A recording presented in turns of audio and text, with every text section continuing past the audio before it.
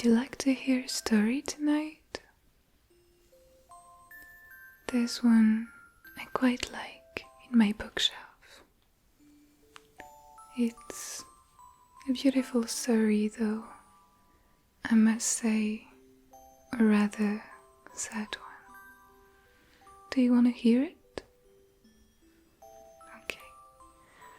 Come sit down with me.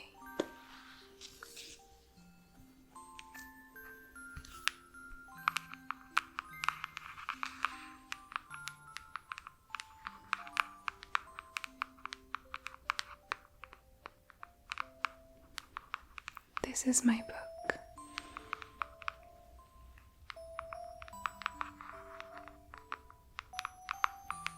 It is the story of a little girl,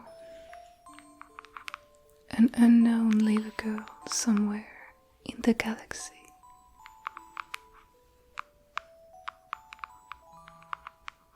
Maybe she will make you think of someone.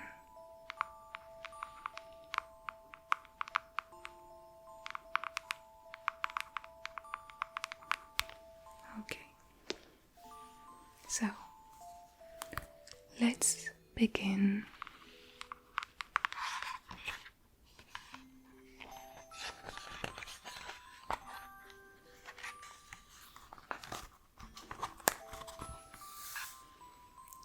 Chapter 1: The Celestial Duel.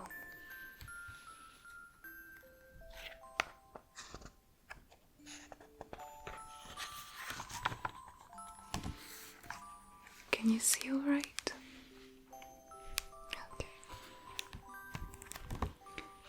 Our story begins a very, very long time ago with a young girl. One day, this girl spotted a rusted spaceship holding a small star child.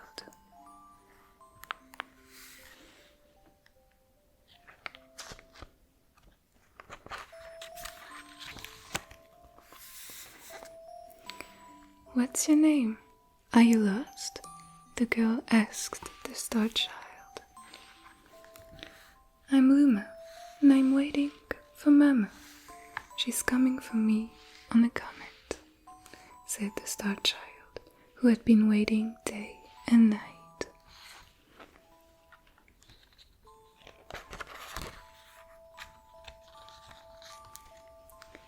"Don't worry, I'll wait with you," the little girl promised Luma.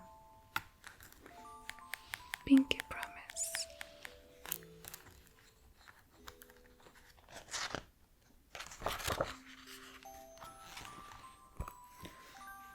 At nightfall, the little girl borrowed her father's telescope and peered into the sky. She looked and looked, but she saw nothing. Hours turned into days and then years, but still the sky revealed nothing. Finally, the little girl sighed and said to Luma, "If we stay here looking much longer, I'll be an old lady soon." But then she had an idea. "Why don't we go out and find your mother ourselves?"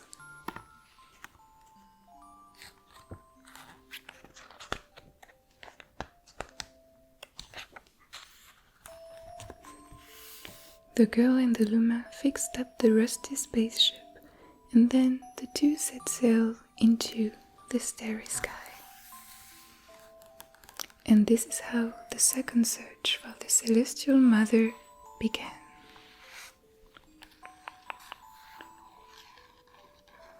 The mushroom spaceship.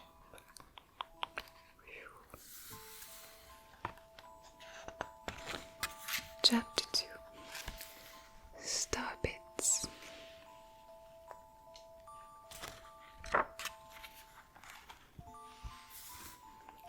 Days passed with no sight of the comet or even a single planet.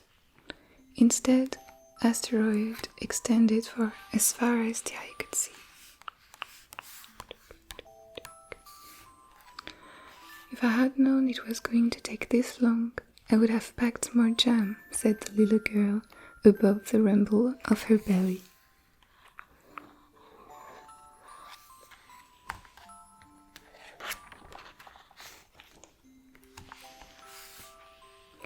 Before they left, she had packed all the essentials: telescope, butterfly net, stuffed bunny, bread, milk, jam, and apricot-flavored tea. But I forgot to bring water. At this, Luma burst into gales of laughter, and the girl began to pout. As long as I have star bits, I'll be fine, said Luma. Want some? The little girl couldn't stay mad after hearing this.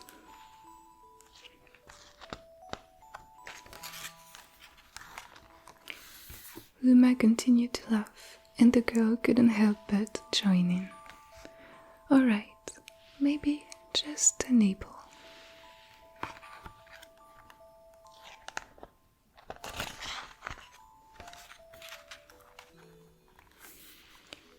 Leaning far out of the ship, the bear began to collect star bits with the girl's net. They almost fell out a few times, but they kept on collecting. Look at all the star bits. They all are so pretty and shiny. The star bits tasted like honey.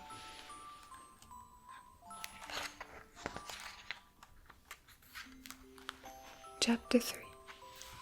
The comet. Are you still with me? Good.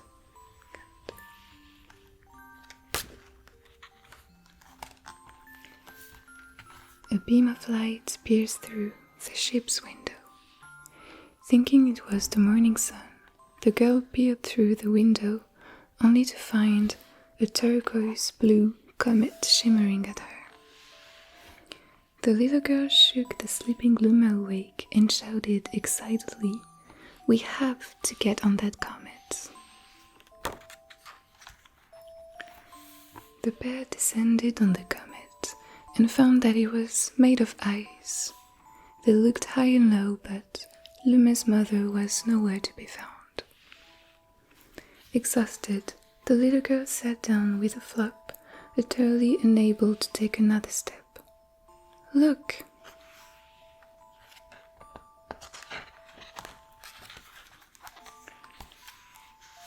Peering down at the icy ground where Luma was pointing, the girl suddenly noticed clusters of star bits encased in the ice. Pretty good, huh? Finding star bits is my specialty, said Luma, beaming. There's ice here, but it's so warm. I bet there's water here too. The two decided to stay on the comet for a while. Riding the turquoise comet, the pair continued their search for Luma's mother. Look at this pretty, pretty planet. All the star bits.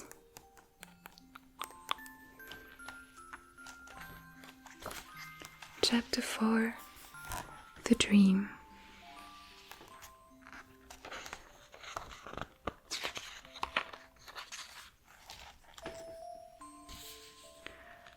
One night, the girl dreamed about her own mother. "Where are you going?" she asked, her mother's retreating back. Without turning, her mother replied, "Don't fret, dearest, I'm not going anywhere. I'm always watching over you, like the sun in the day and the moon in the night."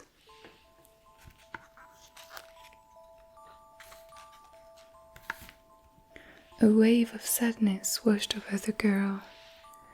What about when it rains and I can't see the sun or the moon? Her mother thought for a moment before responding.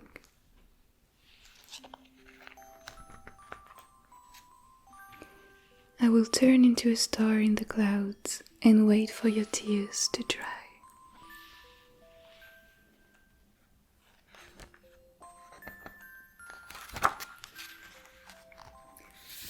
When she awoke, the girl's face was damp with tears.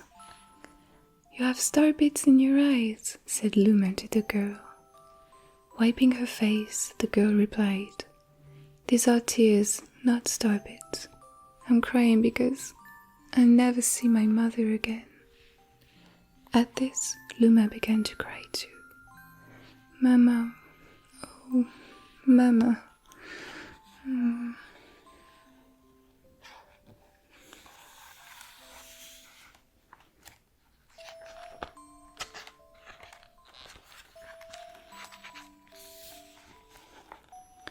The pair traveled through the starry skies, and though they encountered many other comets, not one of them held Luma's mother. Luma was despondent. Now, Luma, the rain clouds won't go away if you keep crying," the girl said, giving Luma a squeeze. "I'll give you a present if you stop." The girl closed her eyes and said gently, "I'll take care of you." With these words, she felt a small spark in her heart.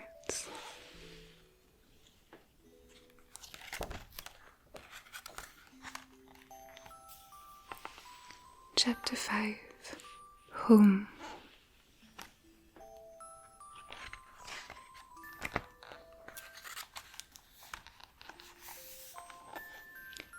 "The kitchen will go here, and the library will go over there," the girl said busily to herself. "We'll put the gate here." Ever since the girl took Luma under her care, she'd been bustling around at a feverish pace. It's a lot of work, but it's worth it to make a happy home. It turned out that star bits weren't the only things buried in the ice. There were tools and furniture unlike any they had ever seen, and the girl used them to build her home. Look, this is the gate here, the gate. She found a shovel under the ice, and little Luma is helping with the bricks. Seems like a nice planet, you see, this palm tree. And on this side, plenty of ice.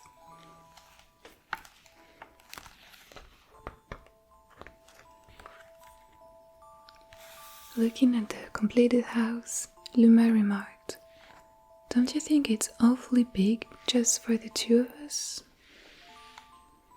With a library, bedroom, kitchen, fountain, and gate, it was certainly spacious, but still something seemed to be missing. "If only my father, brother, and mother were here," the girl said wistfully. Indeed, the house was too large for its two small residents. Look at the size of the house. We don't even see the end.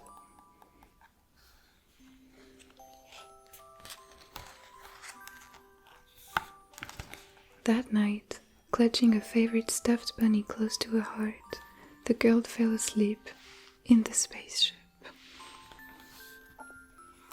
The house is here, but she couldn't sleep in such a large house, so she decided to go in the coziness of the spaceship instead, with a stuffed bunny right here.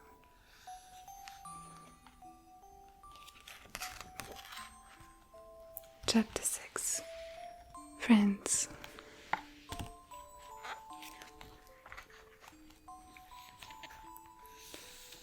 Then, one day, while the girl sat sipping tea, a tiny apricot-colored planet appeared on the horizon. From the planet, another Luma of the same color emerged. "Do you two know each other?" the girl asked the two Lumas gleefully. The other one is here. Despite the girl's excitement, they seemed uneasy.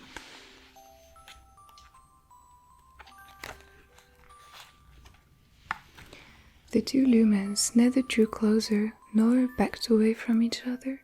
Instead, they just stared. Then one Luma broke the silence. My mama!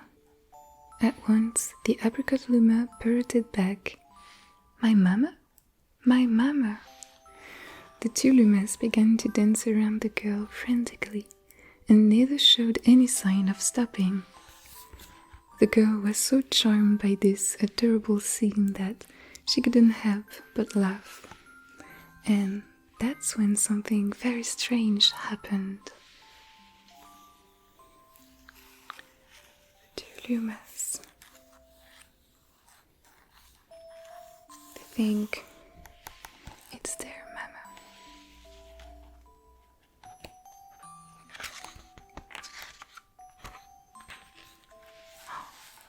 Look at this. Suddenly, more Lumas began to pop out from the apricot planet. They were different colors, but they all shouted the same thing. My mama! My mama! The sight of all the shouting Lumas only made the girl laugh harder. What am I going to do with all these children? The Lumas just stared blankly as she doubled over laughing. I guess we'll have to name each and every one of you. 4, 5, 6, 7, 6, 8, 9, 10, 12, 15 Lumas. Tomorrow, once she had finished naming them all, she would begin moving all the Lumas into the new house.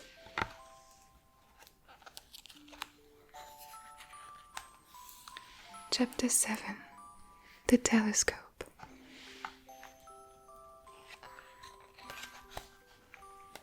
gonna hold my Luma closer to me for this one. After seeing the 100th comet, a sudden thought popped into the girl's head. I wonder if my home planet is still as blue as it was. That's when she remembered her father's telescope.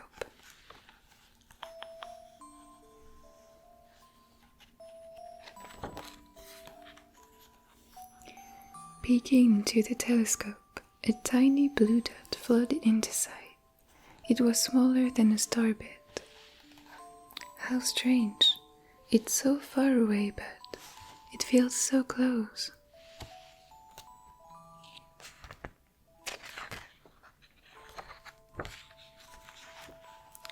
She twisted the knob of the telescope, and the blue dot grew until she could make out a grassy hill dotted with flowers.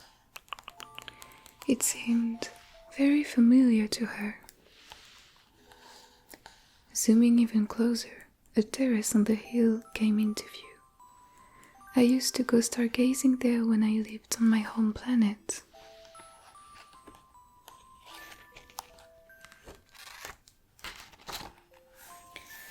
She remembered rubbing the sleep out of her eyes as she followed her father up that hill to look at the stars.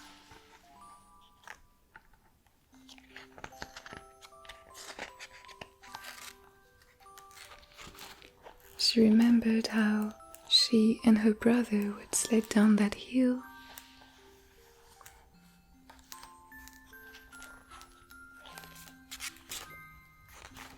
She remembered having picnics with her mother on that hill on bright and windy days.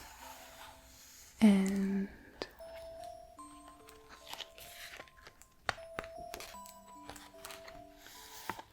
I want to go home. I want to go home right now. The girl burst into tears, and the Lumas didn't know what to do. I want to go home. I want to go back to my house by the hill. I want to see my mother. The girl was shouting now, her face wet with tears. But I know she's not there. I knew all along that she wasn't out there in the sky. Because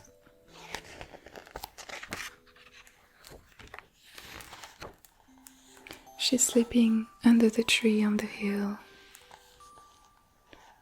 The girl's cries echoed through the stars, and a hush fell over the area.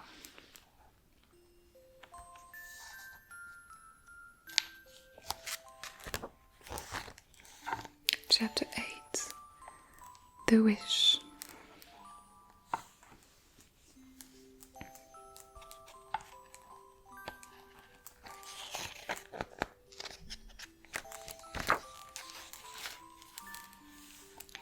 Though usually quite cheery, one day the girl became sad again.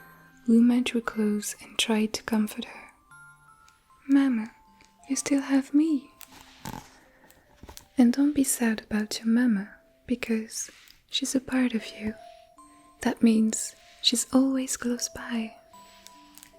It's like me. I love star bits because they remind me of my mama." "No, no," the girl said, unable to stop the tears.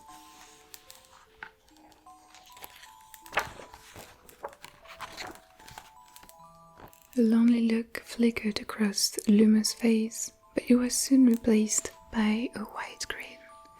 "I have an idea. I will transform into a comet, a soaring comet that can carry you all on this journey."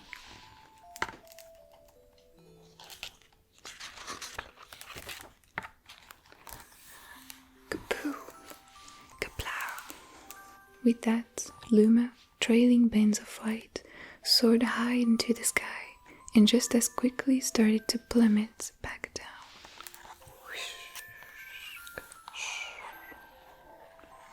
The ground shook and a bright light poured out of the crater that Luma had created.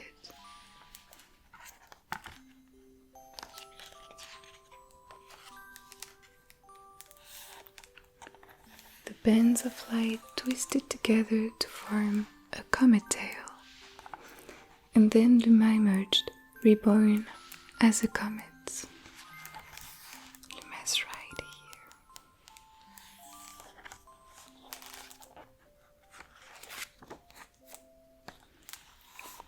The girl could scarcely believe her eyes. "But how?" she kept asking. "Our destiny as Lumas is to transform into different things," said the red Luma who had suddenly appeared. "Stars, comets, planets, we can become all of these things. When I grow up, I want to become a star that makes someone special smile," said a green Luma. A blue Luma chimed in. "That Luma turned into a real cutie of a comet, didn't he?"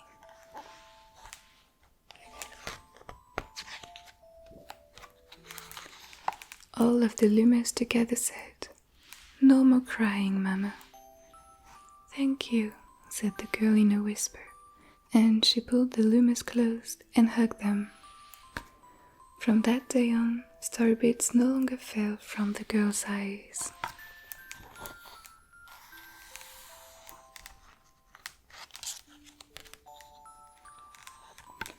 The comet set forth for the girl's home planet, its long tail blazing proudly behind it.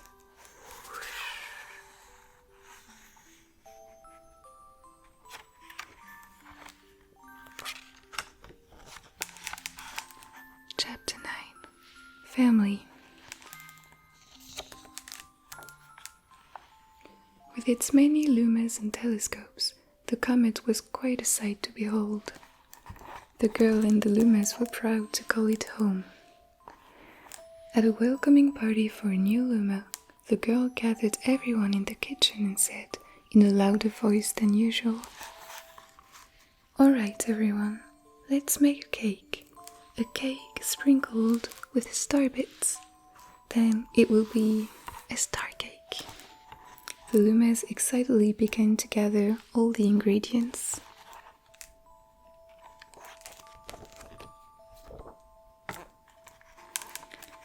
As she watched the Lumas scurry about, the girl smiled and thought to herself, "This is my family now, and I will stay with them until they're ready to leave the nest. And when they do leave, I'll see them off with a smile. Because that's what makes a mother happiest."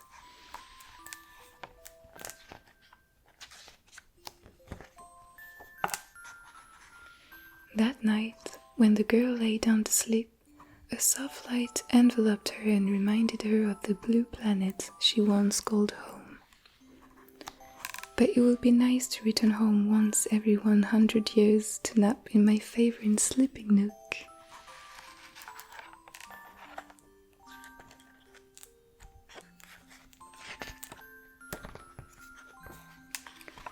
The comet carrying the Lumas and the girl continues on its journey to this very day. With more family members in tow than can be counted, it's said that the comet visits the girl's home planet once every 100 years, its proud white tail glittering in the sky.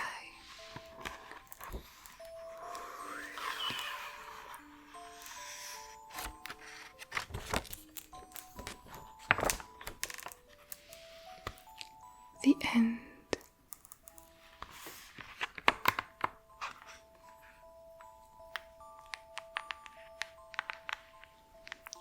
Did you like it? This is a very precious story to me. I love this book more than anything in the world, and I hope this girl and all the Lumas have a great journey, flying across space and discovering planets and their inhabitants.